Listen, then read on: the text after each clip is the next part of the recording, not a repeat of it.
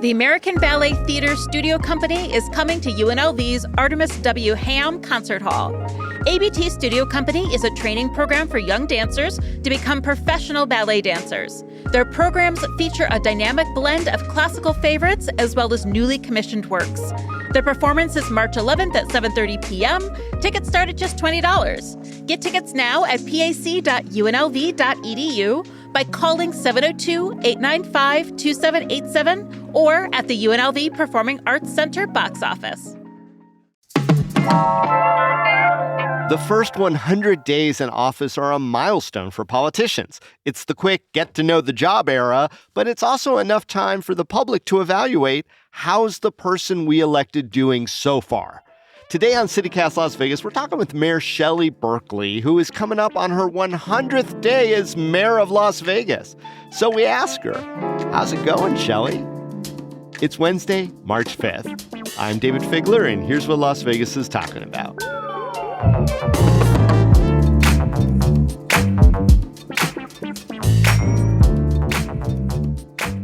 Mayor Berkley, you've almost been in your office 100 days. So let me just ask straight up, what letter grade are you going to give yourself and show the work? Why?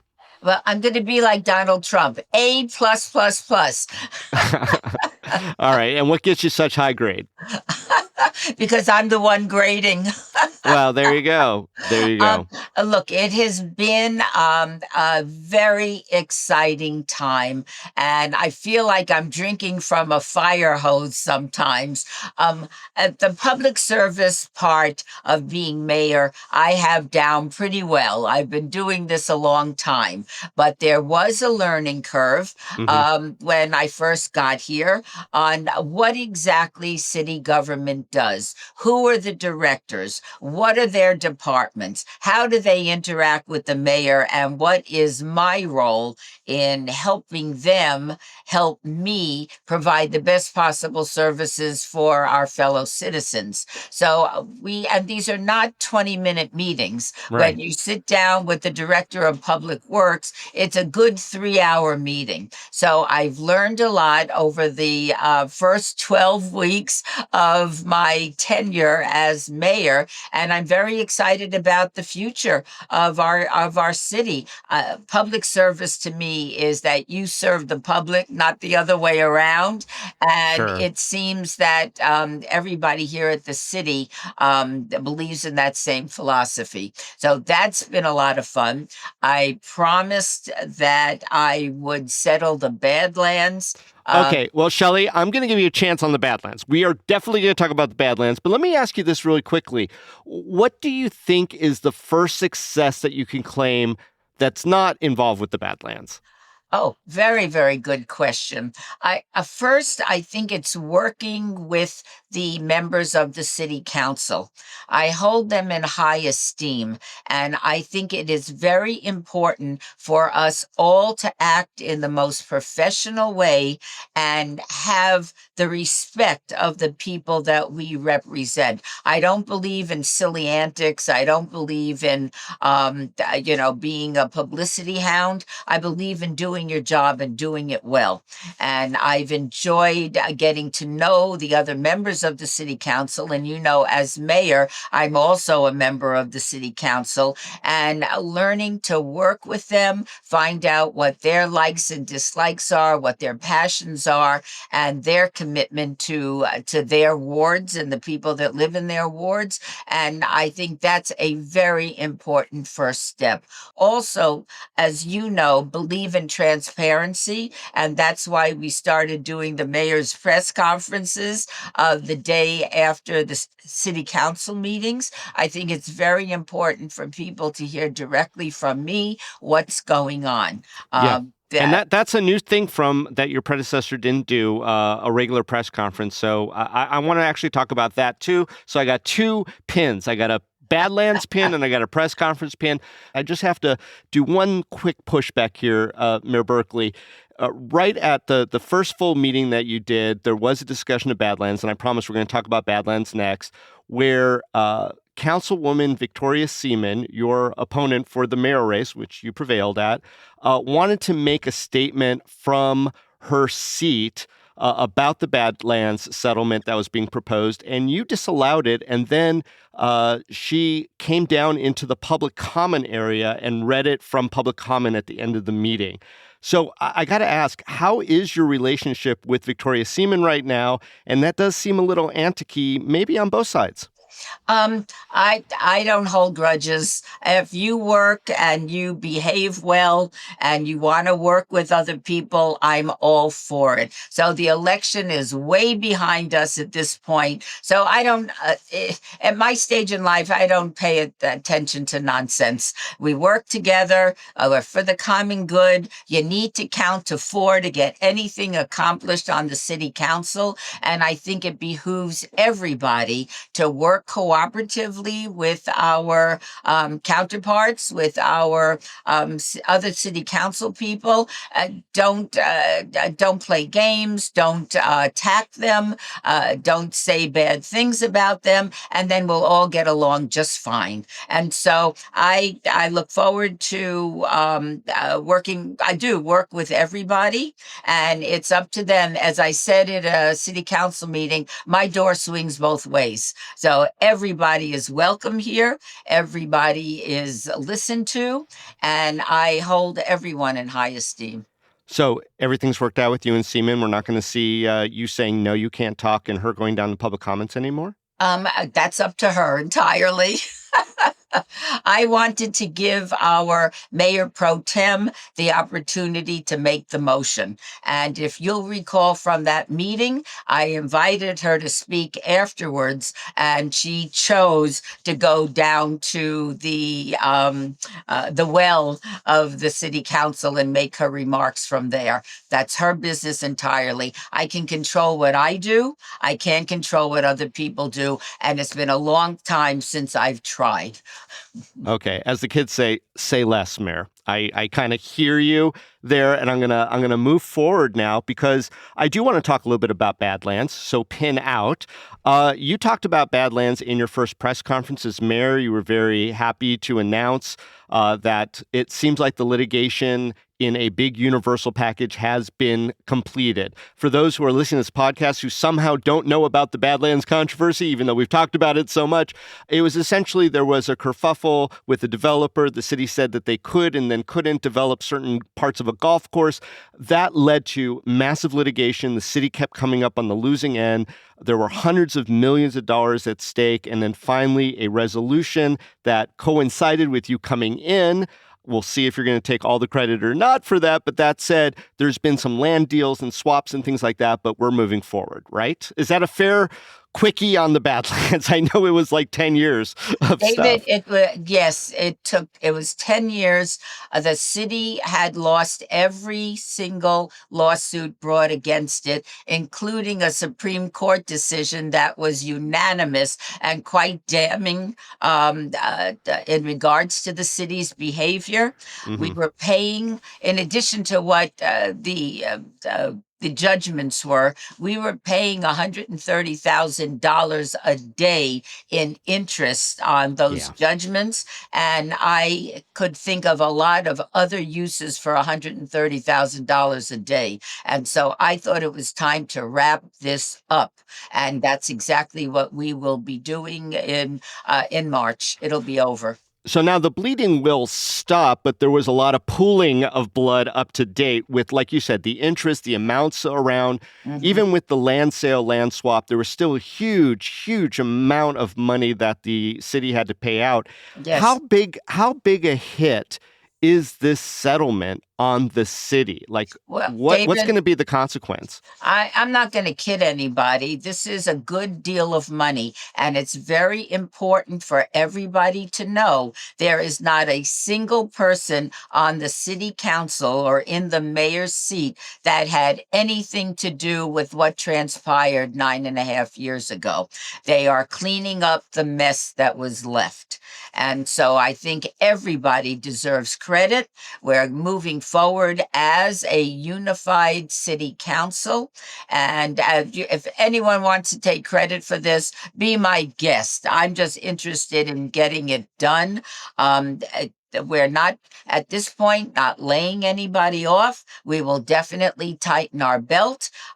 Public safety is the number one budget item that will be protected no matter what. And look, let's rejoice in the fact that the city's economy is strong. I suspect within the next couple of years, this is just going to be a distant memory. But I'm not going to kid anyone into thinking that, things are going to be as they were before the judgment. We have a hiring freeze. There'll be some positions that go unfilled, but we're going to do everything we can to protect our employees and protect the services that we provide the people of this city.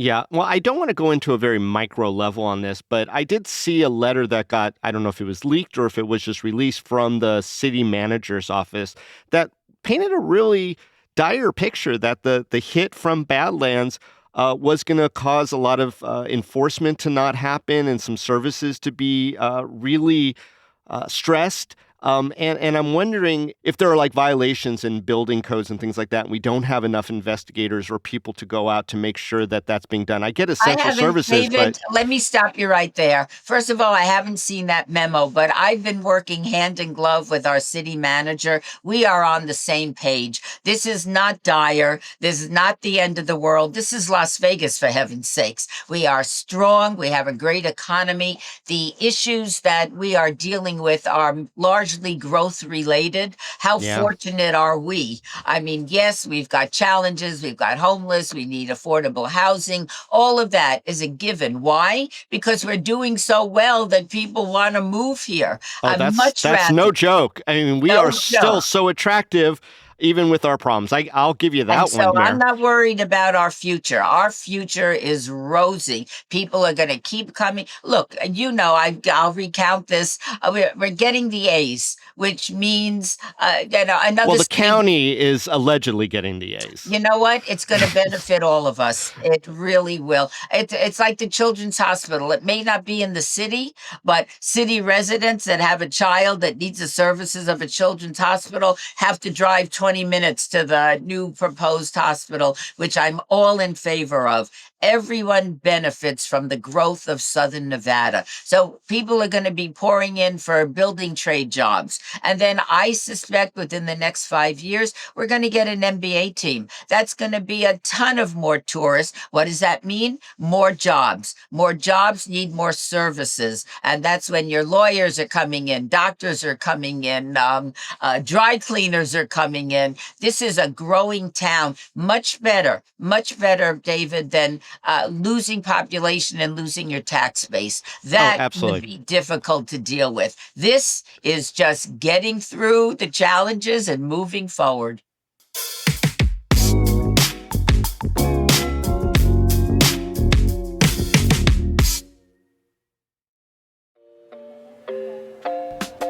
Hey, CityCast listeners! Your local PBS station, Vegas PBS, is inviting you to join its new club for outdoor enthusiasts, Outdoor Nevada IRL. In case you didn't know, that's short for in real life. At these meetups, you'll explore destinations featured in the hit TV series Outdoor Nevada. You'll enjoy picnics in Nevada's scenic parks, get exclusive access to expert guided tours, and meet new people who love the outdoors as much as you do. And you'll be supporting public television while having all this fun. That means keeping shows like Masterpiece, Nova, Antiques Roadshow, and all the fun PBS Kids programs around for years to come. If you'd like to learn more about how to join Outdoor Nevada IRL or watch clips and episodes from the show, visit vegaspbs.org/Outdoor Nevada. That's vegaspbs.org/Outdoor Nevada. This episode is brought to you by LifeLock. During tax season, your personal info travels to a lot of places, between payroll, your tax consultant, and the IRS. If your W-2 gets exposed, that's just the ticket for identity thieves. That's why LifeLock monitors millions of data points every second. If your identity is stolen, they'll fix it guaranteed or your money back. Don't let identity thieves take you for a ride. Save up to 40% your first year. Visit LifeLock.com/podcast. Terms apply. Now, you mentioned just now that one of the outgrowths, unfortunately, of such growth is, of course, homelessness. Now, prior to your tenure, the city of Las Vegas put most of its marbles into the homeless courtyard system downtown to address that issue. It's gotten mixed reviews. Councilman Brian Knutson, your mayor pro tem, on this very podcast in 2022, gave that project a C+. Now, the resort industry is funding half the construction of the new Campus for Hope, which honestly is patterned after the same exact model that the Not quite existing. the same exact. That's the problem. It's not the same exact. Yeah, well, it's the Haven for Hope in San Antonio. And I'm wondering, what have you personally injected into this new campus conversation since becoming mayor? I'm all for it. I mean, as you know, last legislative session, one of the last votes was to allocate or appropriate, I should say, $100 million to deal with the homeless situation, which is a growing challenge. The resort corridor agreed to match that $100 million. So we've got $200 million to build a campus for approximately 1,000 people that are ready to accept the services and get out of this situation. Mental health therapy, addiction therapy, job training, and providing the transitional housing until they're able to care for themselves. My goal is to get as many people as possible off the streets. Human beings don't belong on the streets. It's not a place to live. It is dangerous. It is dirty, and it's not where we should be. Also, you've got a giant challenge with businesses, and I'll point to Main Street. If you've been down at Main Street lately, I mean, all of the beautiful restaurants and boutique businesses, some people have their life savings tied up in those businesses. If they can't get customers into their front door because the homeless are lying on the sidewalks, then they're going to lose their life savings. So it's very important to work on this issue and give full support not only to the Campus for Hope, but to improve our courtyard. I was just at CARES this weekend. Two times a month on Saturday, CARES provides haircuts, showers, products, hygiene products, clothing for the homeless. So I was there at 9 o'clock on Saturday morning to see for myself what was going on. It's a vital service, but that's not my goal. My goal is to get people off the street and able to care for themselves. That's what we're going to try every way to ensure that happens. I drive all over. This is my hometown. I mean, I know Las Vegas well. Going under the bridges, it's heartbreaking to see people living in that situation. Also, let me share this with you, being of a very tender age. I mean, we have an aging population in this country. It's no different. Wait, did you just call me old, Shelley? Well, I see a little gray that I didn't. All right, it's a fair cop. I don't think people that are listening know that you and I can see each other. They can't see us, but I see you. But anyway, let me finish that thought. Yeah. People that are living on the streets are also aging, and they have age-related illnesses. And so it's doubly challenging for them. So I want to do everything I can to get people the help that they need and get them off the street. One last question on this, I want to move on.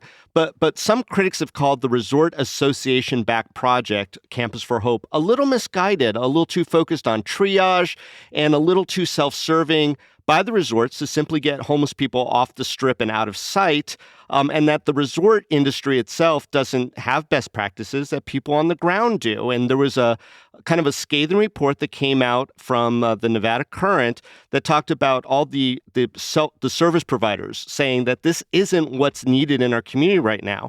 So, I mean, does it always come down to a matter if the casinos want to throw $100 million at something, that's going to be a done deal, no matter what the service providers say? Well, if the service providers have an alternative, I haven't heard it. I mean, look, we have a serious challenge. The unhoused increased by 20% last year. That is not the direction we should be going in. So if anyone has a better solution, have at it. But the reality is this: it didn't start with the resort corridor. It started with the Nevada State Legislature with the support of a democratically controlled legislature and a Republican governor working together in order to get put together the $100 million that the state is willing to contribute. If the resort corridor wants to spend another $100 million to match that and to work with the homeless and get them off the streets, I'm all for it. I'm all for it. So, yes, we can complain about this isn't right, that isn't right. It should be bigger. It should be smaller. It should be on Charleston and Jones. It should be someplace else. But this is where we're moving and this is where we're going. And we need those services desperately. Are you disappointed, Shelley, that the resort industry is only putting capital money into it, not the servicing of it for perpetuity? They're just putting the $100 million in? I think we all have a stake in this. I'll take $100 million from the resort corridor any day of the week. If we get this done and we get 1,000 people at a time off the streets, self-sustaining and living on their own, what is the downside of that? And so, do you really think that it's going to serve people who aren't already available to be served by the courtyard? No, it's a whole different concept. The courtyard doesn't get people. It helps, but I think there are a lot of challenges with the courtyard if you'll recall, when I was campaigning, I said, look, first I'm going to do Badlands, then we're going to deal with the animals, and then we're going to tackle homelessness. I am not foolish enough to think I'm going to get every single homeless person off the streets. It's not happening. But as many as I can get off the streets, get them the help they need, and have them self-sustaining. That's my goal. And I want to make sure, Dayvid, you and I know this, but maybe it's worth saying. Everybody on the street has a different story. Exactly. Yes. Yes. This is not. You get that. I know you get that, Shelley. Yeah, it's just not, they're all the same. They're all on the streets and they're all useless. No, not at all. Some people have lost their jobs. Some people became addicted. Some people have mental health issues. You don't know what's going on in their lives. But I need to do everything I can to get as many people off the streets, not only for themselves, but for the good of this community. Now, you mentioned the animals in there as one of your top 3 priorities: Badlands, animals, and homelessness. How are we doing with the animals? Well, I'm very encouraged. What I see is a partnership between the county, the city, North Las Vegas, and the city of Henderson, where the leaders of government, all the entities, are working together to do everything we can to help with human bad behavior. I mean, we are dealing with people that abandon their pets, abuse their pets, neglect their pets, and all of us see the result of that. The Animal Foundation, and I've had a chance to tour the Animal Foundation, they do an extraordinary job. They have to take every animal that comes to their door. So that only is, animal patrol. That's not the right word, but while they're out, scouring, picking up abused animals and abandoned animals, where do they take them? Over to the Animal Foundation. I found it to be very clean, very professional. They have 8 veterinarians on, hired that do the spaying and the neutering and the wellness care.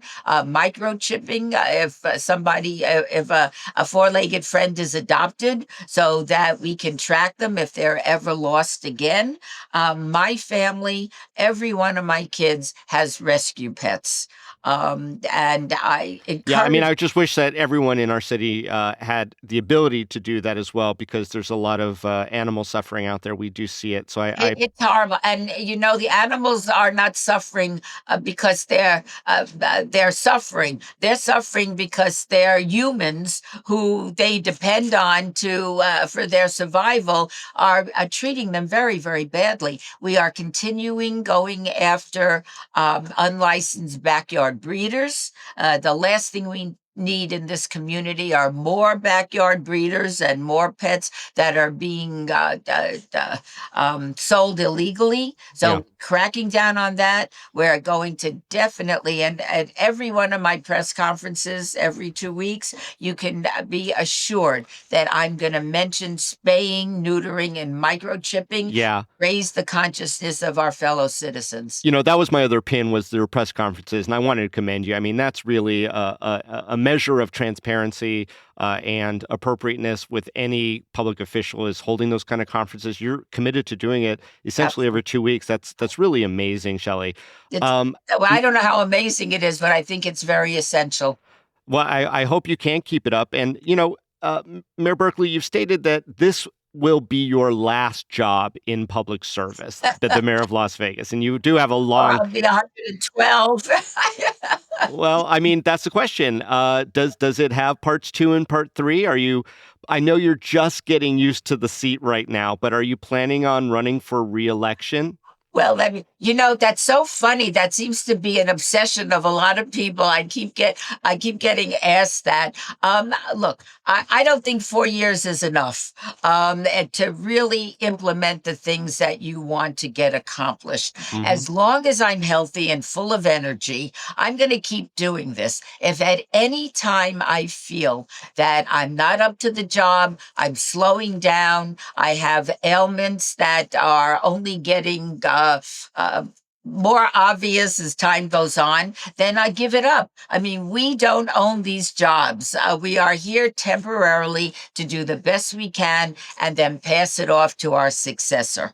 Yeah. And, in my younger years when I was in office, I thought this was the end all be all, that you were an assemblywoman, you were on the Board of Regents, you were a congresswoman. Now I realize all of this is transitory. You do the best job you can for as long as you can, and then step out gracefully and let the next person take over. So I don't know what the future holds. I do know this, and I can say this with great confidence. There will not be a third Berkley term.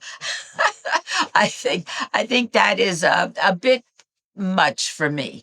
And so I will let the Goodmans continue to have that distinction. But if I could do a good 4 years and possibly 8-year term, that's exactly what I'm going to do. And then I will be delighted to step aside and let the next person take over. Mayor Shelley Berkley, congratulations on your first 100 days as the mayor of Las Vegas, and here's to good wishes and good luck for the next 4 years and maybe the 4 years after that as well. Shelley Berkley, thanks for joining us on CityCast Las Vegas. Dayvid, thank you so much. You take care.